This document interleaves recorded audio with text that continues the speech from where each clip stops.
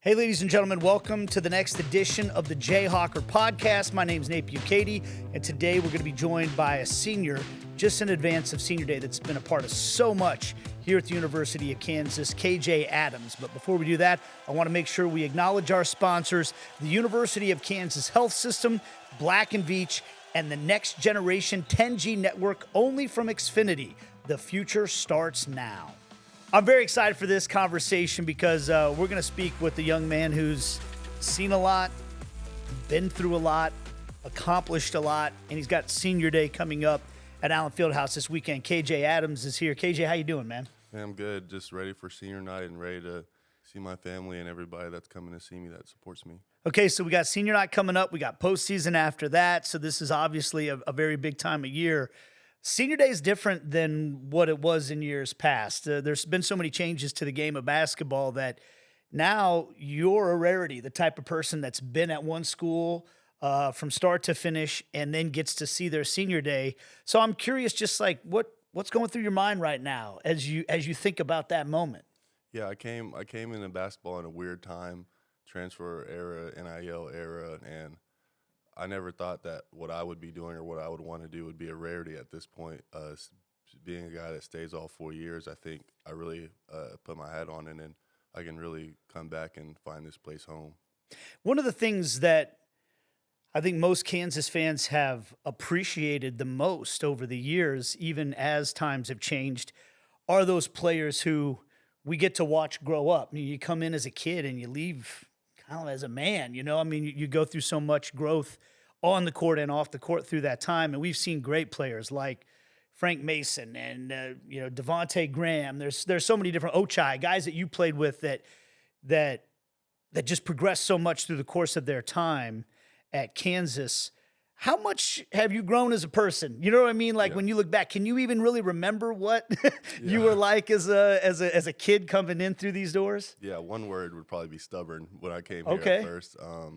I think I didn't realize how much Kansas and all the ex-players and stuff that were here before me would have shaped my life to who it was. I felt like I figured myself out. I figured out that I don't really have everything together, especially when you have adversity in your life.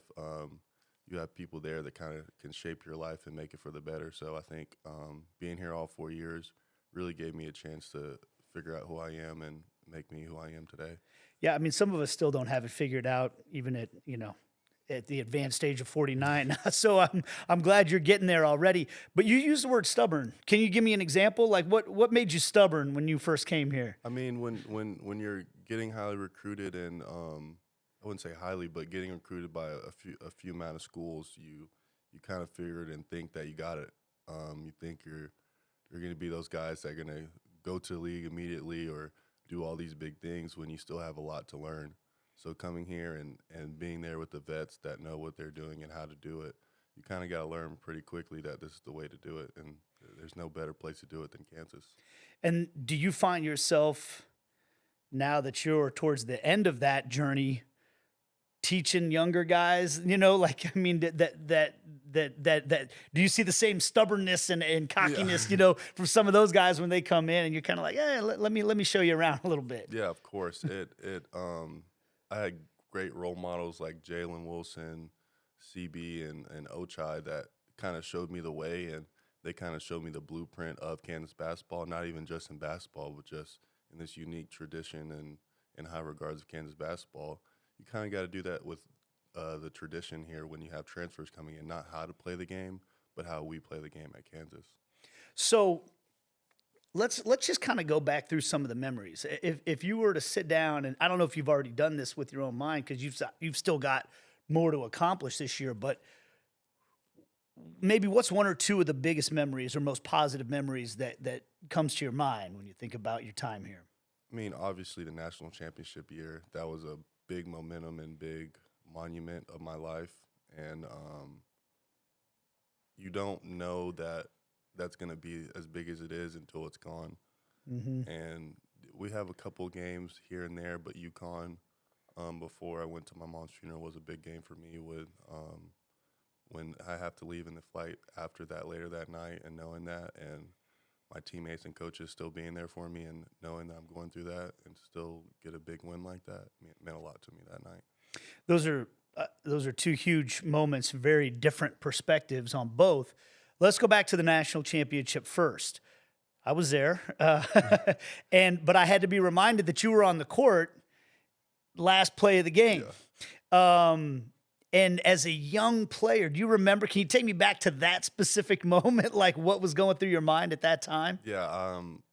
During that season, I really didn't play that much, maybe 3 minutes a game, and I knew like certain spots where I would get in the game for defense, like at the end of the game, very crucial moment. So when Wando stepped out of bounds and it was defensive time, I already had my shirt almost out, waiting for him to call me. So I was obviously excited and got in that game. And everybody was kind of looking at me like, don't mess this up, man. It's a big game. A true freshman getting in that time and being there, didn't do much. I was just out there, and he trusted me. So that was a big thing, and that's probably one of the greatest moments of my life, being there at the end of the game, even though I didn't do anything, just being in that environment and ending the game on the court. Hey, man. You were on the court. You did something. Yeah. I like that imagery of you're like ready to go in, and other guys like, don't screw it up. I think I would have been like, I hope I don't screw it up.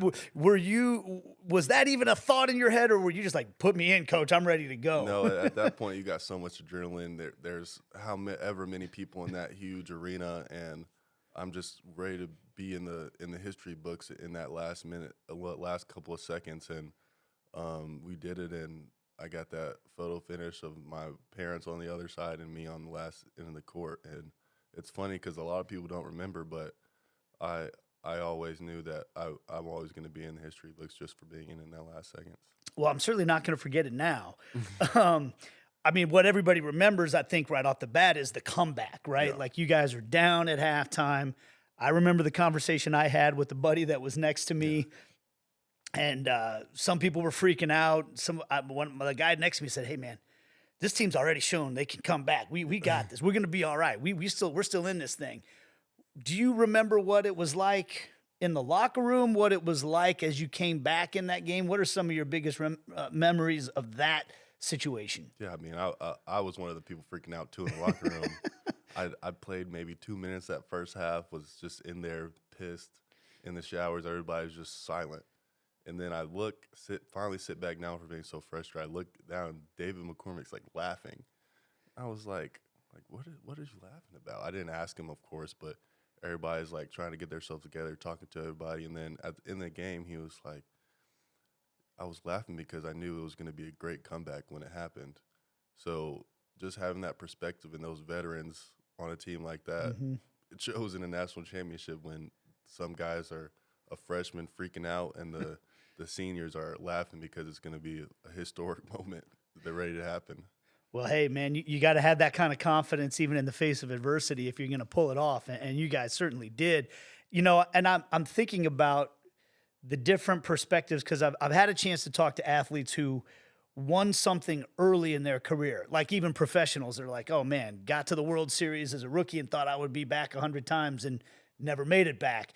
And then you talk to the guy that never gets there and it takes it till the end of his career. I think about guys like Ochai winning it at the end instead of it at the beginning.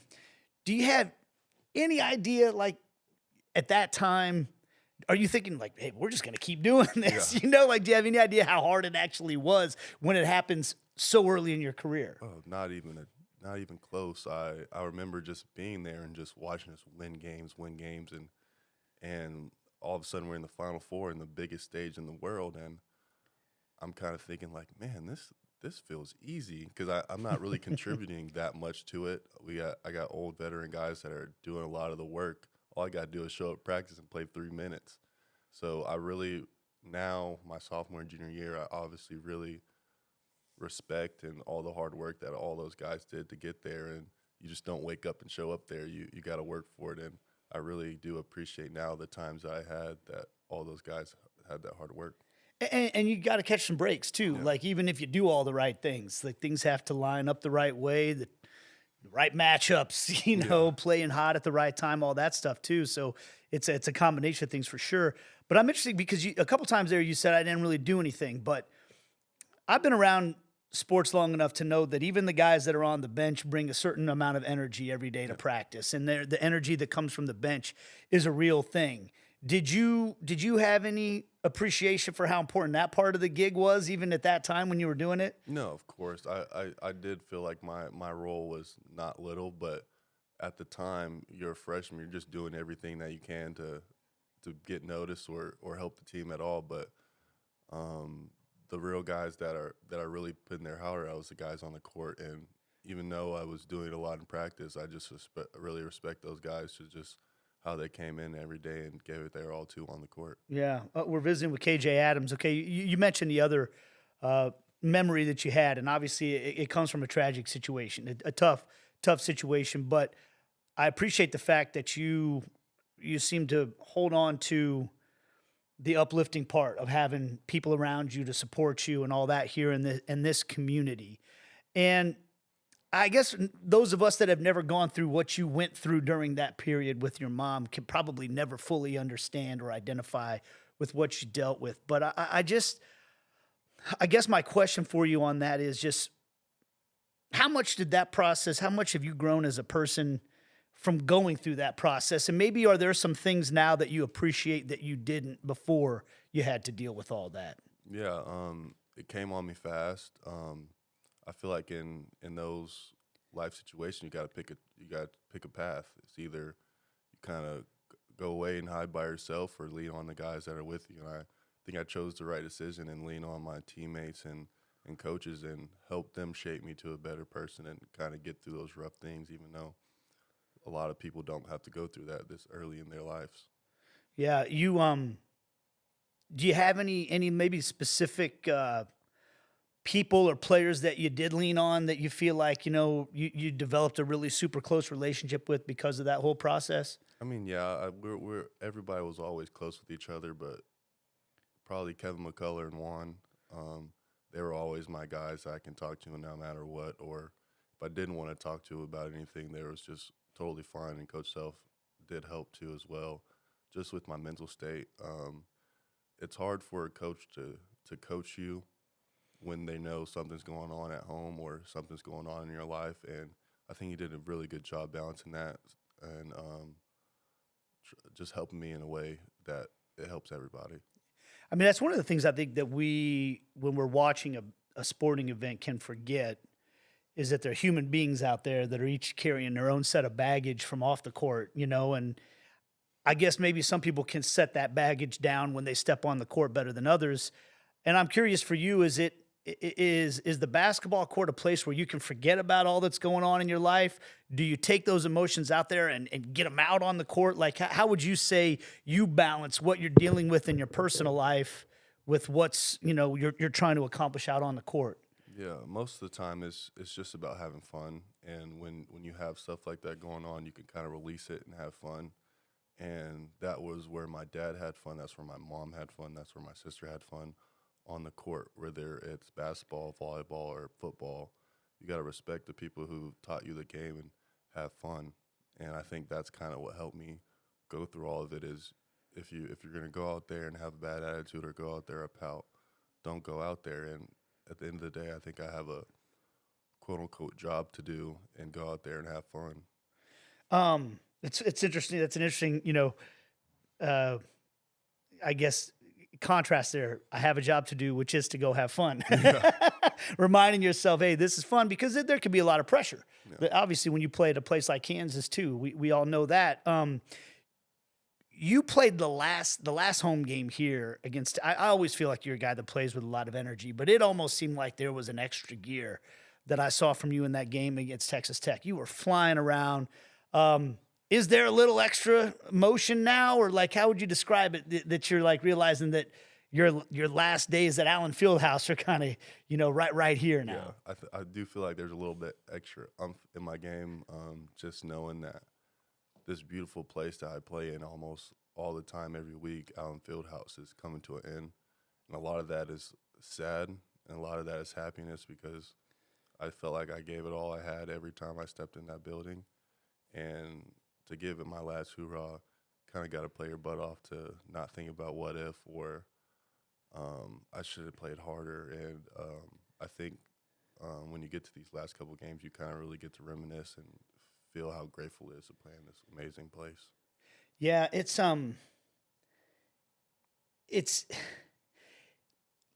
there's the up and down that you go through, right? And do you have to remind yourself to have fun when things aren't going as well as you want, or are you still able to? You know what I mean? Like, are you still able to do that even when the results aren't coming the way that you want them to during certain stretches? I mean, not really. I mean, losses and all that stuff are not fun at all.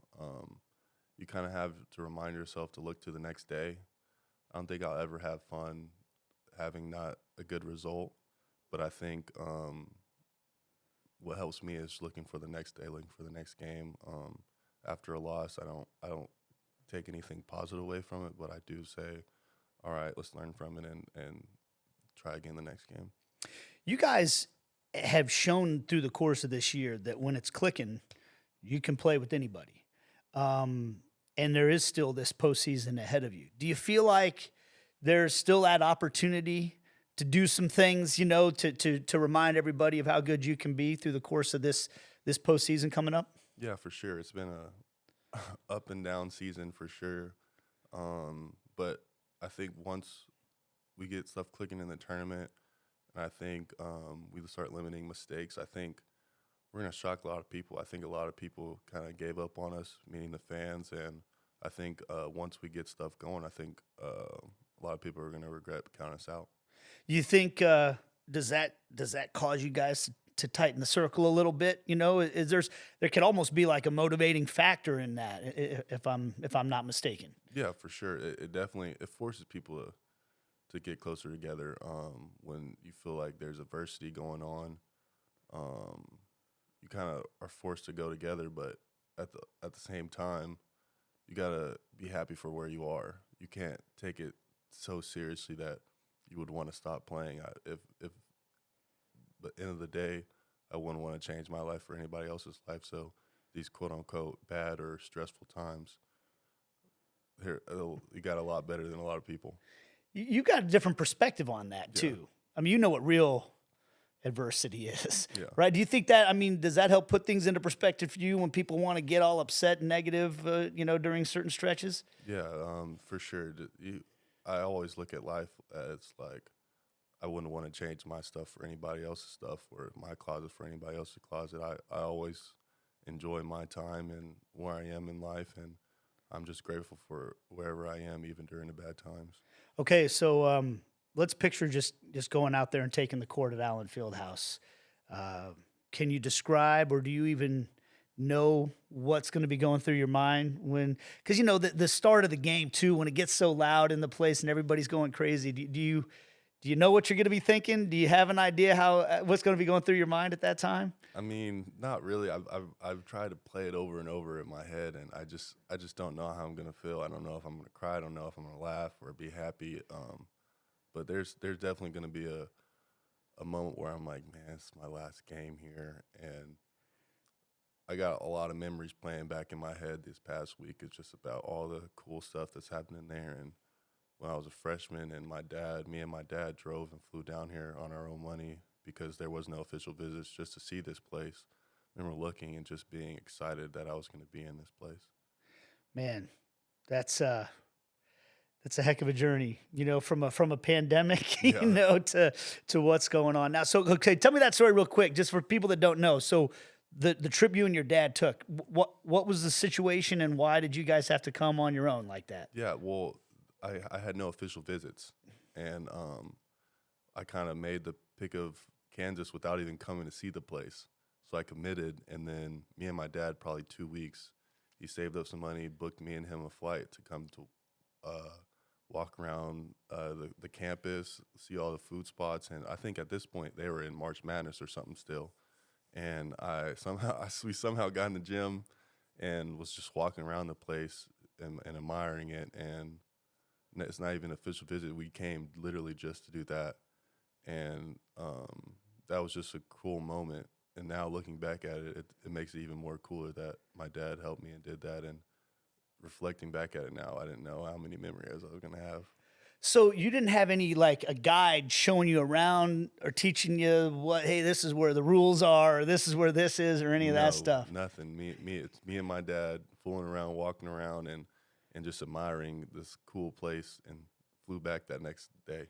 So what was your impression of it? I mean, what did you think when you were walking around in here that first time? I mean, it just felt different. It felt cool. It felt unique, and I didn't know how cool and unique it was until I played in it. But at that time, you can feel that it was just different.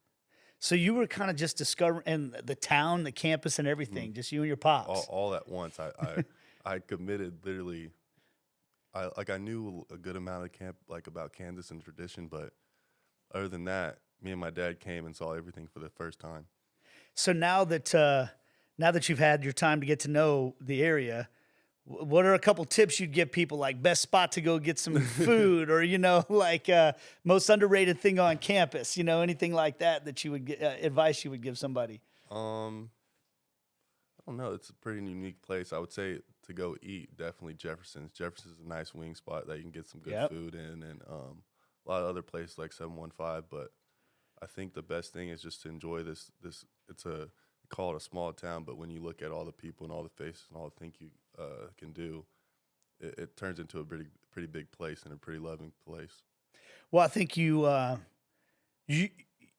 deserve to be recognized as an all-time Jayhawk. You're part of a national championship team, multi-time All Big 12 player, top 6, Chris Tyson pointed out to me, in field goal percentage, which I don't know what that means. I mean, there's some pretty big names on that list, by the way. What do you think about when you hear something like that? I mean, it is crazy. I do try to select my shots whenever I'm open and whenever I can, but it does show that I'm efficient, and I got good passers like DeJuan Harris that have been with me for 4 years that knows when I'm open.